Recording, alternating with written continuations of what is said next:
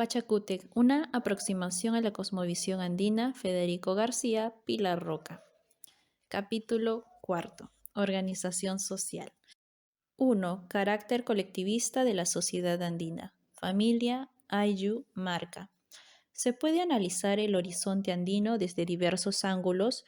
Los más significativos, aunque menos conocidos, son los de orden económico y social. El colosal experimento del Tahuantinsuyo constituye caso único en la historia humana, la experiencia de un Estado que logró satisfacer las necesidades básicas de su población, hasta un nivel de bienestar. El hombre andino prehispánico era un hombre frugal, tenía una ingesta alimenticia limitada, pero abundante en nutrientes, provenientes de especies domesticadas a través de milenios.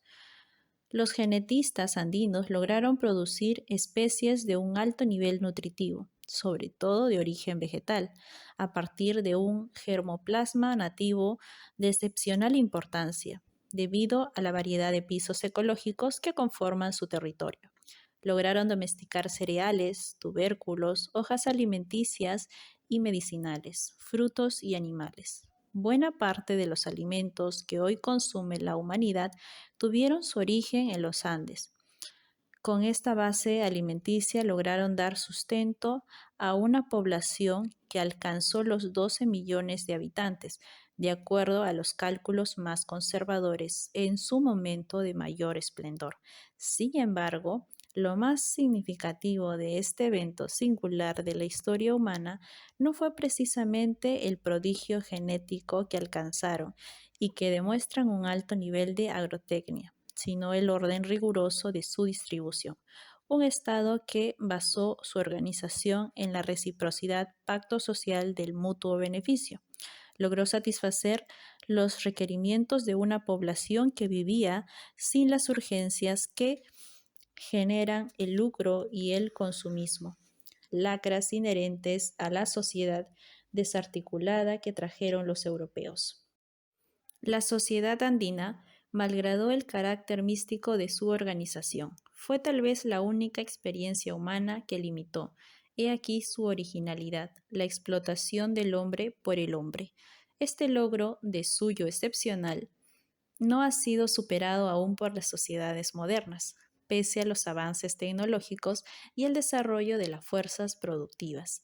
El capitalismo, sistema basado en la propiedad privada de los medios de producción y el lucro como vector de su desarrollo, es causa principal de la exclusión y marginalidad que padecen las 2/3 partes de los conglomerados humanos. El socialismo histórico europeo, que terminó con la caída del muro de Berlín, basado en la propiedad social de los medios de producción y la planificación estatal como eje de sus protestas, pese al gran avance que logró en campos tan puntuales como el empleo. La educación, la salud y la seguridad social tampoco resolvió a plenitud los problemas básicos de marginalidad y pobreza de la gente. Es significativo que las sociedades opulentas del mundo contemporáneo, pese al desarrollo desmesurado de sus fuerzas productivas, o tal vez por ello mismo, mantengan tasas muy elevadas de desocupación, exclusión y deterioro humano en su propio territorio. La cuestión social se ha reducido a un precario asistencialismo lejos del Estado socialista y participativo del Tahuantinsuyo. Allí hasta los viejos rotos machos y los manusválidos yayasca tenían un lugar en el aparato productivo y de servicios. Su existencia estaba asegurada y a su vez cubierta sin que sus allegados y descendientes pudieran padecer algún tipo de minusvalía o discriminación, pues el Estado se encargaba de proporcionarles al momento de su nacimiento lo suficiente para producir y solventar sus necesidades en una economía básicamente agrícola, pecuaria y de servicios. En el mundo moderno, el crecimiento vertiginoso de la industria, basada en el principio racional de la entropía, está a punto de provocar el colapso del planeta, fuerza es, pues, estudiar las instituciones andinas para replantear a punto de vista histórico y buscar un enfoque distinto para resolver los problemas actuales de las diversas etnias y culturas que ocupan el espacio del antiguo Tahuantinsuyo. Sobre esta base, es posible refundar la República bajo un nuevo y autónomo proyecto nacional. Es preciso rescatar sus ideas fuerza, instituciones y aún tecnologías olvidadas para dotar a la humanidad de una orientación renovada y diferente, capaz de iluminar el caos de la actual civilización hegemónica y rescatar la especie humana de la aniquilación. Esto se puede sonar presuntuoso y fuera de contexto. Se afirma con el actual fracaso que padece el pueblo peruano y la mayoría de los ambientes del planeta, que han copiado modelos occidentales, fruto de la imposición colonial, para organizar sus estados, olvidando formar la vida e instituciones que propiciaban relaciones de producción, ciertamente socialistas, acordes con una concepción más equilibrada y justa. No es posible salir del actual caos generalizado utilizando las mismas herramientas que propiciaron el desequilibrio, por más de los gonfaloneros de la economía del libre mercado prediquen en todos los idiomas la inevitable prevalencia de la aldea global. La historia no ha terminado y los pueblos marginales hallarán, tarde o temprano, los mitos en el sentido soreliano que prevalecieron en el Tahuantinsuyo para replantear sus códigos de vida y la convivencia social en términos compatibles con el avance tecnológico y la ciencia. Hemos resumido este conjunto de ideas y principios básicos a partir de la experiencia inca, por ser la más conocida y próxima a nuestro espacio-tiempo, a puntualizar sus logros en campos tan específicos como la cosmovisión, ética y filosofía, religión, organización del Estado y tecnología. Intentamos una aproximación al universo cultural andino en su conjunto, por considerar que éste ofrece unidad conceptual, continuidad histórica y perfil propio, construido en 200 siglos de experiencia acumulativa y autónoma. Dos concepciones contrapuestas. La sociedad andina y la occidental han seguido rumbos contrapuestos en sus génesis, organización y perspectivas. Esto se refleja en el referente simbólico y poético de sus emblemas astronómicos. La sociedad andina hizo de la Chacana, constelación madre conocida como Cruz del Sur, en castellano su símbolo representativo. La chacana o chilligua, como también se le conoce, está formada por 4 estrellas que rielan permanentemente en el Hanan Pacha, orientando la vida y el destino de los seres vivos. En Occidente, la figura celeste que representa con mayor propiedad su cosmovisión es la estrella polar, astro solitario que marca el punto referencial del hemisferio norte y que, debido a su ubicación, ha cumplido el papel histórico de orientar a los navegantes y fijar derroteros para las sociedades septentrionales. Curiosamente, ambos símbolos reflejan el sentido histórico de sus pueblos. La Cruz del Sur, conglomerado múltiple de estrellas, la concepción colectivista y gregaria del hombre austral, la estrella polar, la individualista y excluyente del hombre nórdico. Waukeikuna, Panaikuna, hermanos, hermanas. La sociedad andina es profundamente colectivista y aglutinante. No concibe nada fuera del ámbito social. Un individuo pertenece a su ayllu o marca, del mismo modo que un ruwal o un apu a una determinada comarca. En el ayllu, el colectivo formado históricamente y con lazos de parentesco endogámicos, el hombre se desenvuelve y realiza, es verdaderamente un hombre. Fuera del ayllu es un huacha, un cumillo, es decir, un pobre, un agachado. Huacha es palabra quechua que significa pobre y se aplica no en función de la carencia de bienes materiales, sino en sentido de orfandad existencial, ausencia de soporte colectivo, soledad absoluta. En la actualidad, los patromínicos resaltaban esa profunda ligazón del hombre con su pueblo de origen. Al nombre propio se añadía el del ayllu, o comunidad al que se era originario, a fin de exteriorizar su linaje y afirmar su personalidad común. Los nacionados en la capital del Tahuantinsuyo, por ejemplo, posponían a sus propios nombres el gentilicio de Cosco, para demostrar cuál era su procedencia y afirmar esta singularidad. Es legítima, por ello, la preocupación del desaparecido político y amauta del Perú contemporáneo, don Daniel Estrada Pérez, de reivindicar el gentilicio de Coscorrunas como los nacidos en la vieja capital del Tahuantinsuyo.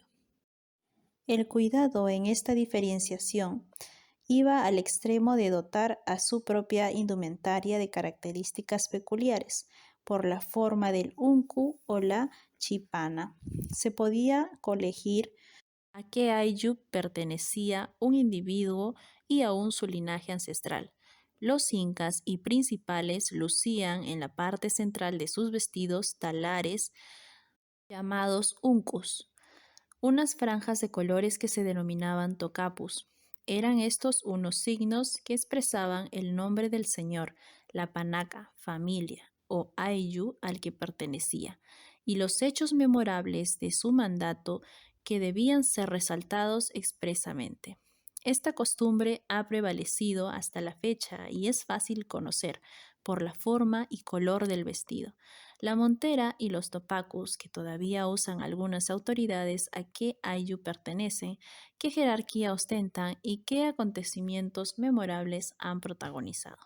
La comunidad representa, pues, el lugar que ocupan dentro de la Pacha. Es un espacio sagrado por ser expresión de lo eterno y el ámbito asignado para vivir. La comunidad es todo y la familia solo una parte constitutiva y temporal. La familia puede disgregarse, sea por matrimonio en casos de las mujeres o ausencia definitiva en caso de los varones, pero el vínculo con la comunidad no se perderá jamás. En lugares remotos donde el hombre andino recala con fuerza de las circunstancias, las familias mantienen un vínculo ancestral y la singladura con la comunidad se expresa en manifestaciones casi rituales como la fiesta del pueblo, la referencia al espacio telúrico, la evocación respetuosa del ancestro y la ayuda mutua. Ejemplos de esta vinculación entrañable se encuentran también en Lima, en las continuas y múltiples ceremonias dominicales que realizan los migrantes de diversos pueblos y comunidades para celebrar el ayllu ausente, afianzar su parentesco y prestarse ayuda mutua en el medio ajeno y hostil. En la actualidad, numerosos ayllus y panacas han adoptado la costumbre de asistir cada domingo, de preferencia en fechas coincidentes con los antiguos raimis incaicos, a las huacas de Lima para realizar ceremonias y pagos que reafirmen su vertiente colectiva y étnica. La familia, considerada eje natural del tejido social en Occidente, ha incrementado su importancia en el dilatado tiempo de la penetración europea. Sin embargo, no ha logrado subsistir la antigua institución de la comunidad que, debido tal vez a esa misma circunstancia, se ha camuflado en instituciones de la modernidad, como los clubes de provincianos, que han transformado la antigua 3 veces coronada villa en zona de ocupación para el migrante andino. El espectáculo de la carretera central, tomada por las instituciones provincianas procedentes del Ande, y el singular éxito discográfico de los cantantes y músicos vernaculares, confirman esta reversión del proceso histórico que alarma a los portaestandartes de la cultura oficial. 2. Régimen, propiedad y distribución de la riqueza. Carácter social de la propiedad. La propiedad en la sociedad andina precolombina era claramente colectivista y signada por el interés común. Hay evidencia de que esta institución, referida principalmente al régimen de tenencia de la tierra, el uso de pastos y la distribución de bienes y servicios, ya existía desde tiempos remotos en los horizontes culturales Wari, Chavín, Tiahuanacu, que ocuparon el espacio andino durante el milenio anterior a nuestra era. No es pues creación de los incas, sino que viene, como las otras instituciones, de la más remota antigüedad. Los incas perfeccionaron el sistema y lo llevaron a un nivel de excelencia, pero no fueron los iniciadores, sino los fautores de su apogeo. Las tierras pertenecían al Estado, que las administraba de acuerdo a un bien estructurado sistema de gobierno, y el producto social era distribuido en consonancia con el trabajo invertido y las necesidades de la población. No existía la aprobación del excedente por razones de rango, ubicación social ni ejercicio del poder. Las tierras del Inca, nombradas así porque las ministraban los panacas o familias inca, eran la propiedad estatal. Se trataban mediante el sistema de mita, es decir, por gente de las comunidades que pagaban de esta forma su tributo al Estado. Los frutos recogidos servían no solo para la satisfacción de las necesidades de los incas y sus familias, sino para el abastecimiento de las colcas o almacenes del Estado que existían a lo largo de los grandes caminos o Capacñán y en las regiones más densamente pobladas. Los excedentes almacenados eran garantía contra pestes y hambrunas, debidas al irregular régimen de lluvias y a circunstancias fortuitas derivadas de un territorio sometido a variaciones extremas del clima y catástrofes naturales recurrentes. Los propios incas iniciaban el año agrícola roturando las tierras que tenían asignadas en las andenerías de Colcampata. Su ejemplo era imitando en toda la confederación, siempre con el inicio de las faenas a cargo de los camayoc o jefes, que iniciaban los ciclos en cada circunscripción. En la actualidad, la primera lampada o golpe del chaquitacya, que se da en los campos para iniciar el arado, lo hace el collana o principal de la comunidad, junto con el guarayoc, alcalde, tradición que ha prevalecido a lo largo del tiempo como una manifestación más de la vigencia del dialecto andino. Las tierras del sol estaban consagradas al culto y servían además de base alimentaria para la clase sacerdotal, posiblemente encabezada por el Urim Inca, de sustento para las agyas o mujeres consagradas al culto, los impedidos físicos y las madres y viudas que se estaban en situación de trabajar por razón de edad, salud u otras circunstancias justificables. Todos los años los Tocricuc, emisarios de los incas, mensuraban las tierras disponibles y repartían el uso de ellas en razón de la necesidad. La extensión de la misma no era pues uniforme y dependía de las condiciones de siembra, del comportamiento de la naturaleza y la demanda social a satisfacer. Garcilaso y la casi totalidad de los cronistas afirman que en el Tahuantinsuyo le correspondía a cada nacido varón un terreno con la extensión de un tupo y a cada nacida hembra medio tupo. Contrario a la creencia común, el tupo no tenía una extensión regular e idéntica para todos los casos, como en la hectárea en Occidente o el li en China. Su área se calculaba más bien en función a la calidad de la tierra, el acceso a las fuentes de riego y la cantidad del producto a extraer por unidad de medida. Los tupus eran mayores o menores según el lugar donde se ubicaban y las necesidades que podían resolver con su colectivo racional. Las tierras comunales. eran también la propiedad estatal y se distribuía anualmente en función de los habitantes del Ayllu o marca. Según varios cronistas, la distribución de tierras y semillas obedecía a razones más complejas, determinadas por el comportamiento de los distintos factores de la producción y los servicios, y no se limitaba a una simple y mecánica asignación de recursos. Es dable corregir por ello que para el Estado andino la fuerza de trabajo constituía la riqueza principal y que la estructura del poder y la distribución estaban orientados primordialmente a su conservación y desarrollo. La calidad de un ayllu o una marca no se medía por la extensión de tierras disponibles ni por la calidad de los recursos materiales, sino por el número de hombres en capacidad de producir y responder a los requerimientos de la sociedad. No existía por ello límite alguno al crecimiento de la familia. Antes bien, funcionaba una suerte de interdicción para las mujeres, que no podían concebir, hecho que se consideraba funesto y por ello mismo pasible de señalamiento social. No obstante, hay que mencionar que la medicina tradicional actualmente en uso conoce algunas especies vegetales y un tratamiento específico para controlar la natalidad y favorecer la concepción.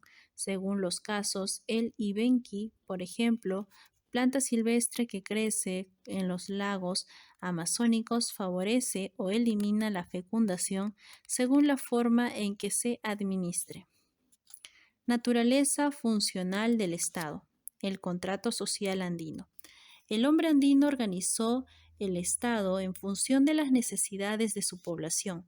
Para ello, el espacio vital era el que servía para producir una base alimenticia que cubriera los requerimientos de la ingesta social. El tiempo, otro concepto distinto y contradictorio del Occidente, era concebido más en función de la periodicidad de los fenómenos naturales ligados con la producción y otras manifestaciones del quehacer colectivo que por la fría sucesión de días, meses o años. Así, había un tiempo de siembra, otro de cultivo y otro de cosecha, según las variables del clima y la aparición de los fenómenos naturales como la lluvia, el estiaje y hasta ciertos insectos y aves migrantes que anunciaban periodos de características determinadas. Los Hanan Kawana, observadores del cielo, establecían los ciclos luego de comprobar la aparición de estrellas y constelaciones en determinado lugar del Hanan Pacha. En un territorio donde convergen casi todos los climas y pisos ecológicos del planeta, la relatividad de estos valores guardaba relación estrecha con la organización del Estado y del contrato social. El hombre andino no concibió, pues como en Europa y otras culturas, la necesidad de establecer una continuidad territorial delimitada para afincar a su población. Está ocupada diversos espacios en determinadas épocas del año, en función del reglaje previamente establecido y de la producción agropecuaria. Solo actividades de tipo artesanal y de servicios no sujetas a las variaciones del clima podían establecerse de acuerdo al espacio, ciertamente atípicos de las concentraciones urbanas. Los Queros, el asiento principal de esta comunidad es Hatun Quero y se encuentra en las punas de la provincia de Paucartambo, en el Cusco.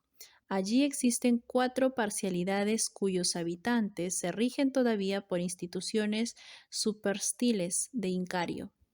Los Quero migran durante el año a sus distintos asentamientos comunales a fin de cultivar las tierras adecuadas para determinadas cosechas. Estas tierras les pertenecen, pero no guardan relación de continuidad con su centro poblacional. 2 jefes comuneros, el Curak Acuyec y el Sulca Acuyec, ejercen el mando y los queros se ven obligados, cuando atraviesan territorios ajenos, a convenir el derecho de paso de acuerdo a la antigua institución de la reciprocidad. Durante los meses del estiaje, entre diciembre y marzo, los quero permanecen en la puna dedicados al pastoreo de sus hatos. con la Cruz de Mayo, tiempo en que el eje principal de la chacana se presenta perpendicular al horizonte. Inician el éxodo de las zonas Huayla, donde siembran maíz y productos de climas templados, para luego bajar a las tierras cálidas y cosechar coca y frutos tropicales. Esta migración se produce todos los años de manera regular, solo interrumpida por la asistencia y ceremonias litúrgicas como el Señor del Coyurriti o la Estrella de Nieve. Durante el mes de junio y la fiesta de Mamacha Carmen en julio, nótese que ambas fechas pertenecen al tiempo muerto del calendario agrícola. En Quero conservan el vestido talar de sus antepasados denominado uncu.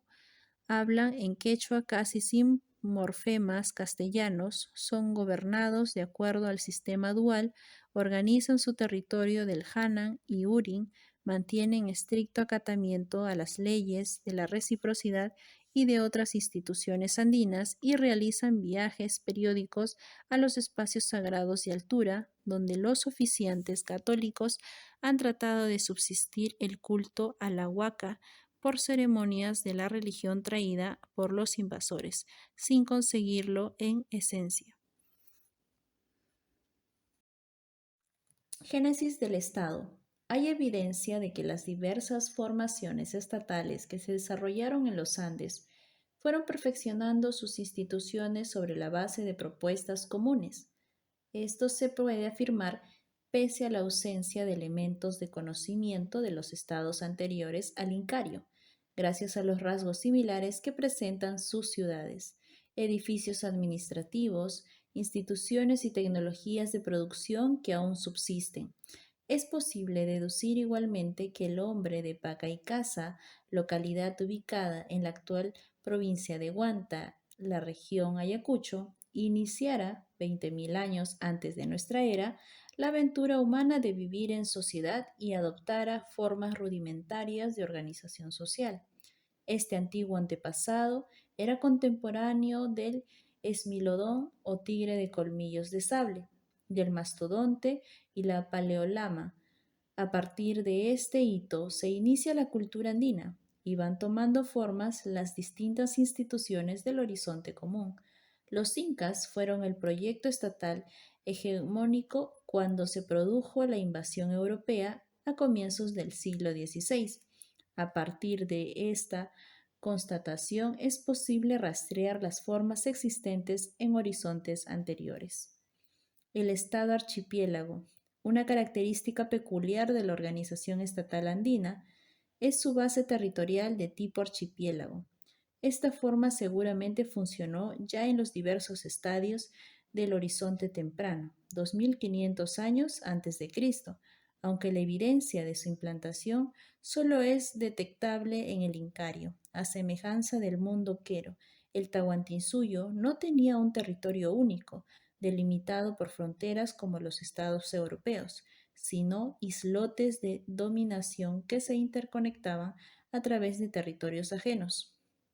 Los incas debían pagar los correspondientes tributos en especies o trabajo, siguiendo el principio andino de la reciprocidad.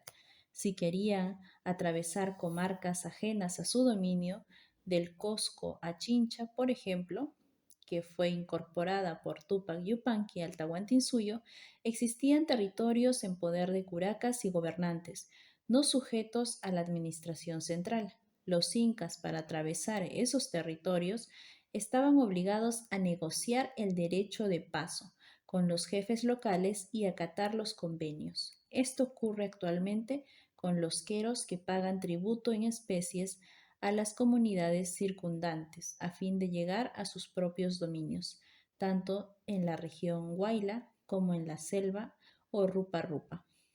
El Tahuantinsuyo no tuvo solución de continuidad territorial. Fue un estado archipiélago donde el dominio estatal se ejercía sobre grandes espacios discontinuos que iban desde Pasto en Colombia hasta el río Maule en Chile y las actuales provincias de Tucumán y Jujuy en el norte argentino, interconectando por un sistema de caminos cuya extensión y trazo no tiene paralelo en el mundo antiguo. En su interior coexistían comarcas y dominios de diversas etnias que mantenían su independencia y autonomía. Los quechuas diferenciaron 10 pisos ecológicos en los Andes. Estos iban desde las llanuras áridas de la costa, denominadas chala, hasta los farallones nevados de la cordillera, Riti y Suyo, y las selvas tropicales o Rupa Rupa. En este horizonte de climas diversos y contradictorios es posible cultivar especies pertenecientes a ecosistemas muy diversificados, productos tropicales en los yungas y los valles cálidos, granos en las quebradas andinas, entre los 1000 y 3500 metros sobre el nivel del mar, y especies adaptadas al clima extremo de la jalca o puna, particularmente la papa, diversos tubérculos nativos como la mashua y la oca, gramíneas como la quinoa y la kiwicha, y la ganadería de auquénidos. Los diversos estados que se sucedieron a lo largo del tiempo trataron de cimentar su dominio sobre estos pisos, uno de los laboratorios de germoplasma más importantes de la Tierra para disponer de productos diversificados en las distintas épocas del año. Aún en asentamientos humanos tan antiguos como Caral, en la costa, reputada como la ciudad más antigua de América, se han hallado evidencias de una variada y rica domesticación de especies vegetales. El Estado planificador. Base del Estado andino era su vocación planificadora. Los incas tenían un concepto profundo de su ecosistema y de la necesidad de solucionar los problemas fundamentales de su población, particularmente en el campo de la alimentación y los servicios para cimentar su dominio. Alcanzar el estado de bienestar que consiguieron supone una administración sabia y ordenada de los recursos, una organización eficaz para garantizar el pago del tributo en trabajo, evitar la sobrepoblación en lugares poco propicios, incorporar nuevas tierras a la producción y desarrollar tecnologías apropiadas a una geografía particularmente difícil y muy diferenciada. Hay evidencia, por ejemplo, de que las distintas especies que lograron domesticar, muchas de las cuales se han perdido en los 500 años de diáspora, podían alcanzar un nivel de excelencia como las semillas en los laboratorios genéticos que desarrollaron en la sierra, el llamado Circo de Moray, por su semejanza al monumento romano. En las proximidades de Maras, Cusco, es en toda evidencia un laboratorio genético donde se experimentaba con cultivos, estudios de suelo y mejoramiento de semillas que luego eran sembradas en las tierras llanas para obtener mejores cosechas. Es muy posible que el sistema de andenerías a estos centros de experimentación agrícola de la sierra se limitaran a la obtención de germoplasma para su ulterior cultivo en tierras más apropiadas a su producción intensiva. Esto, a su vez, requería incorporar tierras llanas al dominio estatal y una vasta red administrativa y de caminos que permitiera no solo la asunción de fuerza de trabajo, sino el reparto del excedente a la población y el almacenamiento de productos para los años difíciles.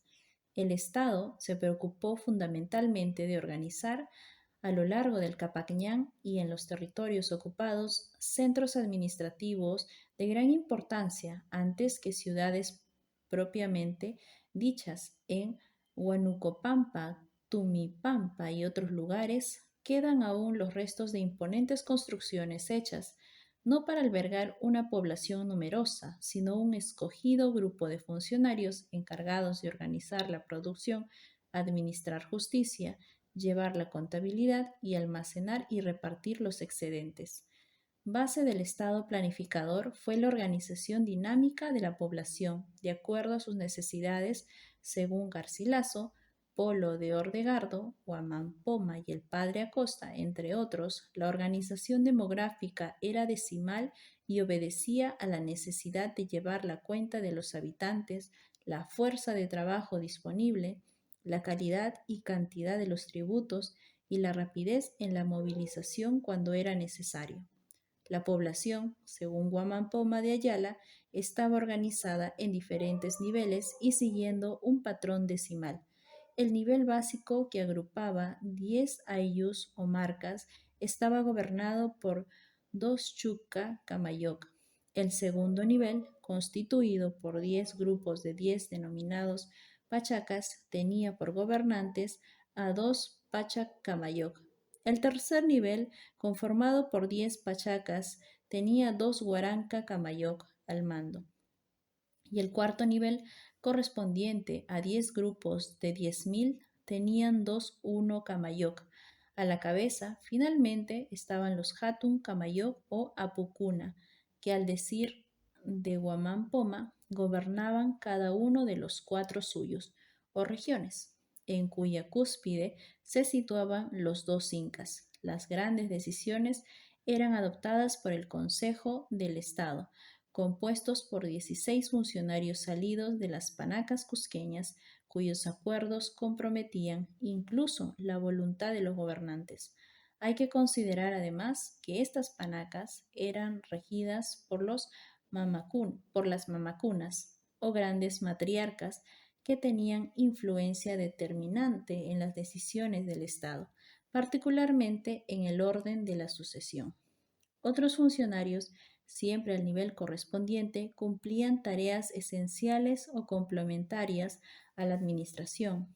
Los Tokrikuk eran los encargados de administrar justicia y de realizar anualmente el censo de población para distribuir equitativamente la tierra, planificar la producción y organizar el reparto de los excedentes.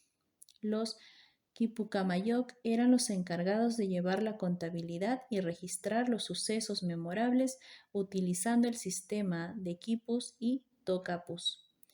En tiempos de conflicto se organizaban los ejércitos con dos sinchis o generales al frente.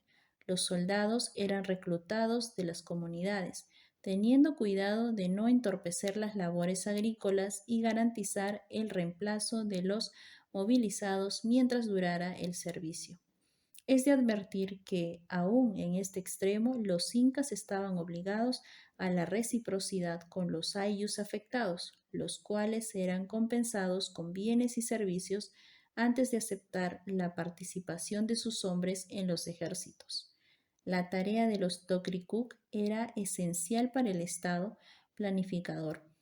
Realizaban un conteo minucioso de la población en función de sus edades, sexo y aptitudes para el trabajo, a fin de organizar la producción, repartir las tierras comunales y cobrar los tributos en mano de obra. En esta función eran asistidos por los Quipucamayok. Cada varón recién nacido tenía derecho a un tupu de tierra y cada mujer a medio tupu, como tenemos anotado. Cuando se producía una defunción o un miembro de la comunidad era destacado a otras regiones, la tierra que le correspondía retornaba al Estado para ser otorgada a otro usuario y no fomentar la apropiación del bien común. Esta cuidadosa planificación, guardada en quipus y escrita en tocapus para conocimiento de la administración central, era la base para establecer el régimen de siembras, calcular la cosecha anual y distribuir los excedentes y almacenar los sobrantes en colcas o grandes sitios para afrontar calamidades naturales y años de mala cosecha. Una institución derivada de esta cuidadosa planificación se requiere a los Mi'kmaq o grupos poblacionales de ocupación que eran trasladados a lugares diversos en razón de sus aptitudes para iniciar un plan de producción o de su mayor o menor resistencia al Estado inca. Para neutralizar su belicosidad, tierras nuevas eran generalmente pobladas por grupos de Mi'kmaq o migrantes, con sus correspondientes amautas a la cabeza, los que garantizaban una incorporación ordenada y eficaz del nuevo territorio al Tahuantinsuyo. Refiere Guamán Poma de Ayala que la población se organizaba también de acuerdo a otro criterio de planificación derivado de sus edades y aptitudes. Según esto, desde los infantes llamados Wawa, Kiraupicac, hasta los ancianos o Roctomachus, y las ancianas o payacunas eran organizados para lograr un máximo de eficiencia en el aprovechamiento de sus condiciones y así facilitar la labor de conteo y distribución del trabajo y el producto social.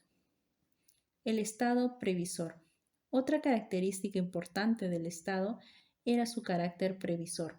Un territorio sujeto a variaciones dramáticas del clima, debido principalmente a los inesperados fenómenos del Niño que alteraban el ecosistema y producen riadas e inundaciones, calamidades naturales y grandes catástrofes que malogran las cosechas y ponen en grave riesgo la existencia misma de las poblaciones. Obligó al Estado a desarrollar un alto sentido previsor a fin de mitigar los efectos sociales en los años difíciles.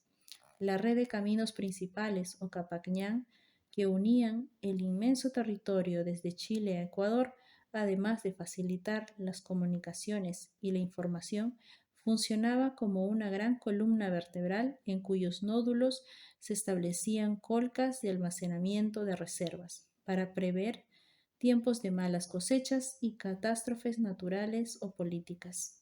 En estos almacenes se guardaban granos, tejidos y ropa, armas y pertrechos destinados a la población aledaña y a los funcionarios del Estado, en tránsito permanente para el Tahuantinsuyo, en calidad de veedores e inspectores.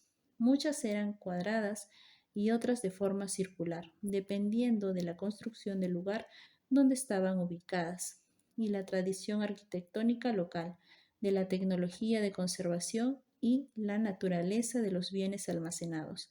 Algunas de estas, como las de Cotapachi en Cochabamba, Bolivia, tenían capacidad para almacenar hasta 5.000 toneladas de granos y constituían verdaderamente emporios que motivaron la admiración de los primeros europeos que las vieron en pleno funcionamiento antes de su destrucción.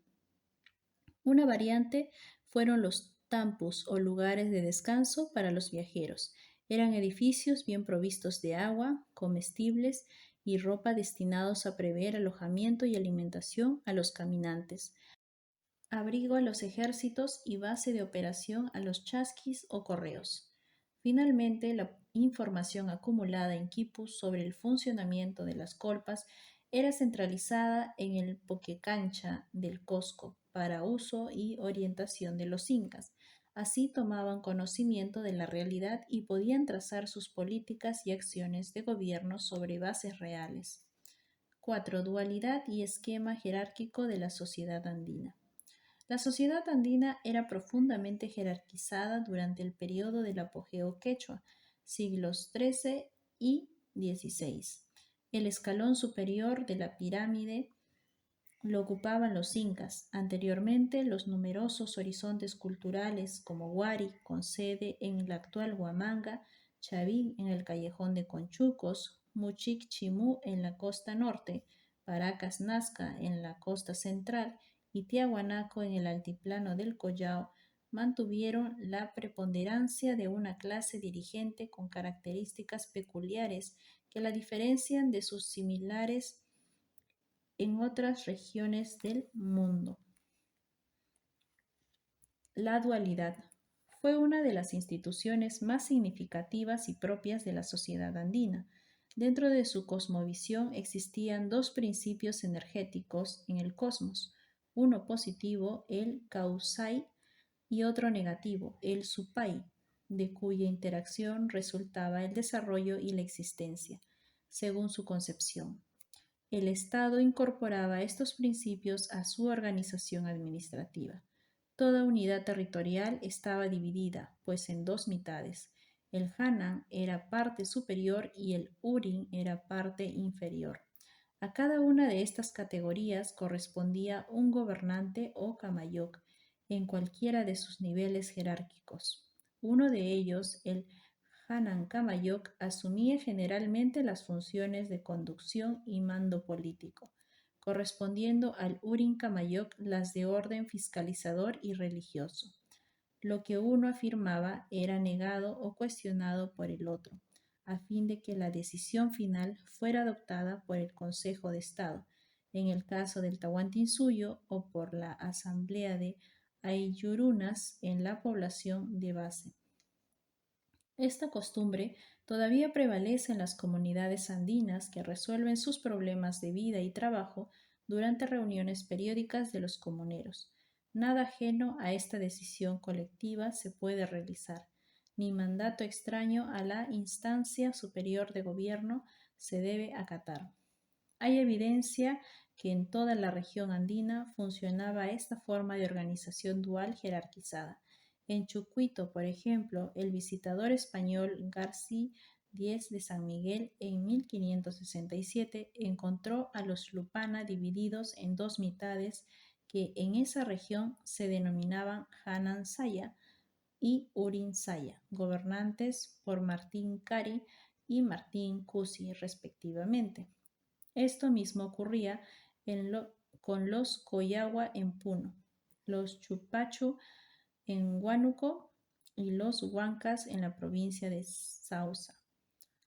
En la región de Collasuyu, es decir, en el altiplano andino circundante al lago Titicaca, los jefes equivalentes a los incas se denominaban Malcu, sucesión y democracia directa. Otra característica notable era la sucesión de los mandos que no obedecían al principio occidental de la primogenitura, sino al principio andino de la capacidad. A la muerte de un inca o de un camayoc de jerarquía, el consejo correspondiente nombraba al sucesor entre los más capaces de los aspirantes, señalamiento que era ratificado por las panacas incas, gobernadas por mujeres, antes de su ascensión al poder vacante. Durante un periodo que podía prolongarse meses o años, el mandato generalmente seguía ejercido por el malqui o momia del inca difunto, a través de su panaca o ayllu familiar. La elección del sucesor, aparte de consideraciones políticas y de poder que seguramente existieron, era cuidadosa en seleccionar al aspirante por sus dotes de mando y de gobierno, así como por su probidad y sabiduría.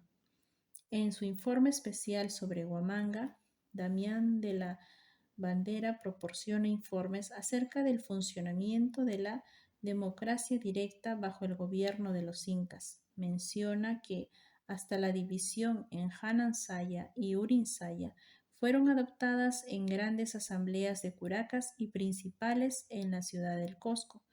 Se procedió de igual manera para adoptar la división decimal de la población, con el objeto de lograr un mejor gobierno, siguiendo la tradición andina, que había tenido momentos de expansión y florecimiento en los siglos anteriores. En las informaciones de Vaca de Castro aparece otra característica peculiar e importante. Menciona que en la costa existieron grupos humanos, igualmente divididos por mitades que estaban al mando de mujeres llamadas capullanas en Piura y tayacunas en la región Yunga. Se evidencia así la participación femenina en el máximo nivel jerárquico de los mandos y su presencia activa en el gobierno. En el Cosco mismo eran mujeres las que dirigían las panacas y ayllus reales, y la preponderancia alcanzada por estas mamacunas queda patentizada en las crónicas que mencionan intrigas y ardides para orientar la sucesión en determinado sentido. Santa Cruz Pachacuti, Salcamayhua, cuenta la participación de mujeres en los escalones guerreros durante algunas campañas memorables. Canan Curicoca, por ejemplo, perteneciente al barrio de Chococachona, en el Cosco, se distinguió por su valor y habilidad durante la fracasada invasión chanca a la ciudad. Bartolina Sisa, Tomasa Titu Condemaita, Micaela Bastidas y otras valerosas mujeres que tomaron parte activa en la gran revolución de José Gabriel Tupac Amaru dan claro ejemplo de la participación femenina en funciones habitualmente reservadas a los varones en otras culturas. La población del Tiahuanaco, sobre la que ejercieron su gobierno los incas, se calcula en 12 y aún 15 millones o aún más al tiempo de la invasión europea. Sobre esta masa humana ejercieron gobierno y conducción durante un tiempo histórico que no alcanzó los 3 siglos. Al término de la colonia, el primer censo de población organizado arrojó la irrisoria cifra de 1 millón de personas. 9 décimas partes habían sido exterminadas en uno de los procesos más injustos y desafortunados de la historia, hecho que ha justificado recientemente la inclusión de Pizarro en la infausta galería de genocidas que ha conocido la humanidad, al nivel nada menos que de Hitler y otros ejemplares de la teralogía social. Es curioso señalar que tanto el gobierno colonial como la República, después de la emancipación, nunca pudieron establecer su poder por encima de los 4.000 metros de altura, donde comienza la región Puna. En estas altitudes, protegidos por el enrarecimiento del aire y la falta de vías de comunicación, todavía viven y alientan los comuneros andinos, Puna Runa, refugiados en sus tradiciones y construyendo día a día la cultura de la resistencia.